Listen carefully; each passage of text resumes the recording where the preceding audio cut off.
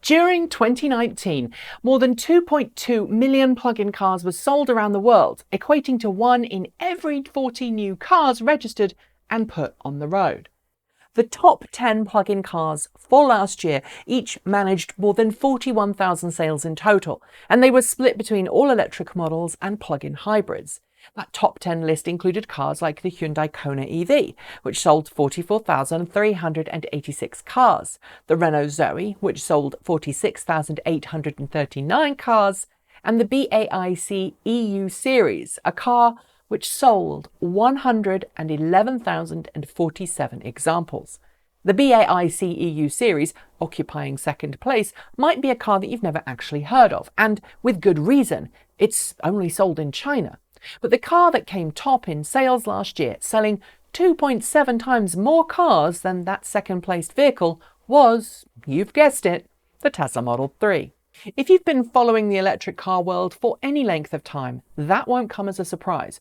Tesla Model 3 has dominated the plug-in car market, and in some countries, the entire new car market, pretty much since it first rolled off the production lines in 2017.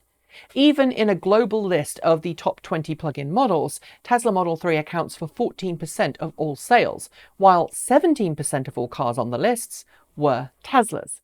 Yet, as Forbes contributor Peter Lyon noted earlier this week, while Tesla might be the world's most valuable automaker right now, Japan didn't get the memo. The article points out that while Tesla has a market cap of more than $206 billion, is worth more than the big three US legacy automakers combined, that's Ford, General Motors and Fiat Chrysler if you were interested, and is poised to enter into the lauded S&P 500, Japanese customers aren't buying Teslas. And while it dominates the sales charts elsewhere in the world, it's the Nissan LEAF, Nissan's all-electric hatchback, that's proving super popular with Japanese buyers.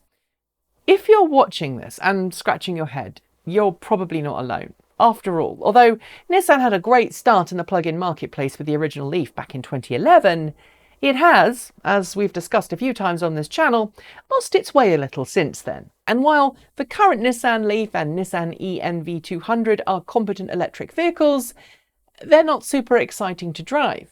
But in some markets, they're actually more expensive than the Model 3. That isn't actually true in Japan, where the Nissan LEAF starts at 4.99 million yen and Model 3 starts at 5.1 million yen. So technically it is cheaper just to buy an entry-level Nissan LEAF.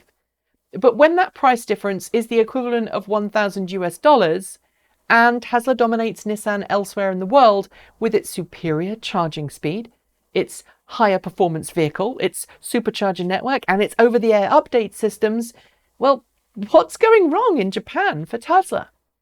In his article, Peter Lyons makes a great start to discussing some of the challenges facing Tesla and details why maybe the LEAF is more popular than the Model 3. But based on my limited knowledge of the Japanese automotive market, Tesla's current support network in Japan, and what I know from my visits there, I think there are some other very important reasons that he misses out. First, however, let's look at the reasons given by Peter.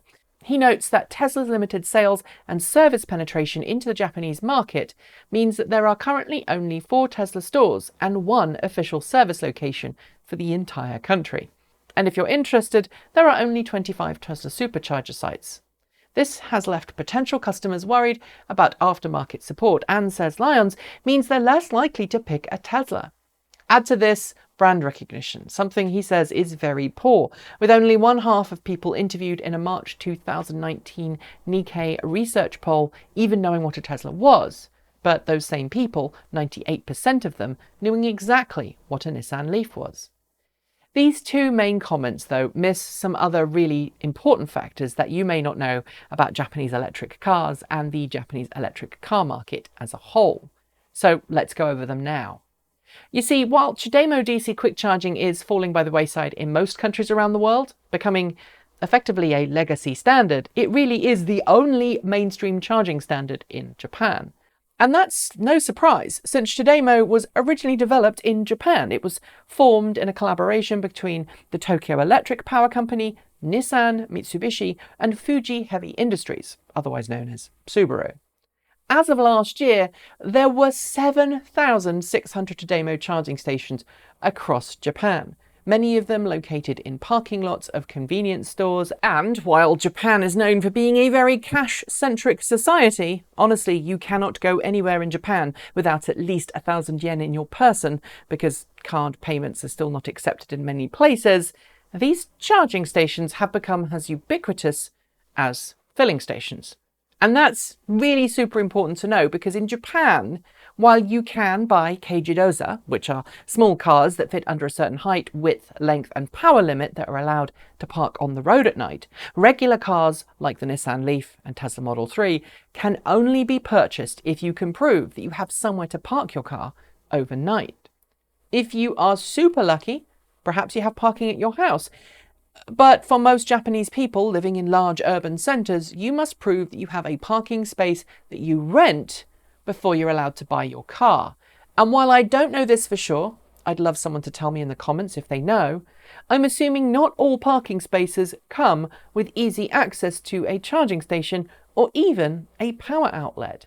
This means that if you don't have your own off-street parking at your home, you're reliant on some form of public charging infrastructure, so it makes sense to buy a car that uses the most prevalent network. But wait, Nikki, I hear you say, Tademo adapters exist for Teslas? You'd be right, they do. But using one would require you to buy it and then carry it with you, and I'm guessing many people just don't see the point in that. Next, let's touch on Tademo's big party trick, which is backup power, two-way power transfer. Tademo is a two-way power standard, and for the last decade or so, there's been a massive uptake in V2G systems in Japan. Essentially, since the devastating tsunami and earthquake of 2011, there's been a pretty big push from the Japanese government as well as automakers to encourage car owners to use their cars as backup power stations in the event of an emergency. Those who do have homes and the ability to charge at home are fantastic candidates to use their LEAF or ENV200 as a backup power station of choice when paired with an appropriate home station. Oh, and in case you're curious, that's why hydrogen fuel cell cars like the Toyota Mirai and Honda Clarity have Tademo ports hidden away under the hood or somewhere in the trunk. It allows you to use Tademo to pull power from the car's fuel cell to power your home in an emergency. Anyway, I am digressing. The LEAF and its sibling, the ENV200, have been instrumental in spreading this technology, and it's a well-known and well-discussed added bonus to owning an electric car. Even some businesses and municipalities are getting in on the act, using V2G systems as backup power solutions in the event of another major natural disaster. At this point, I hope you're able to see that for Japanese buyers, the LEAF and ENV200 offer far more reassurance and practicality than a Tesla Model 3.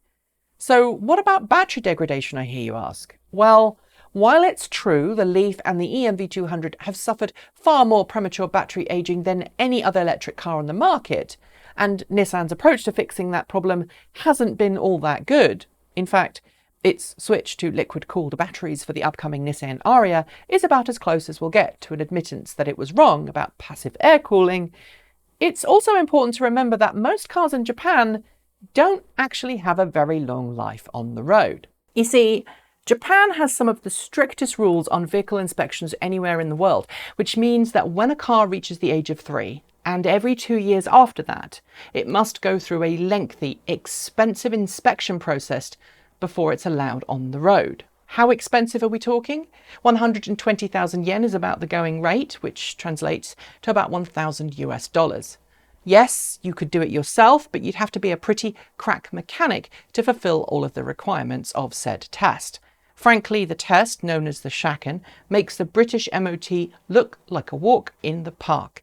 And if you're from a US state where it's okay to have baler twine holding up your rear lights or your bumper, well, just be glad you don't live in Japan.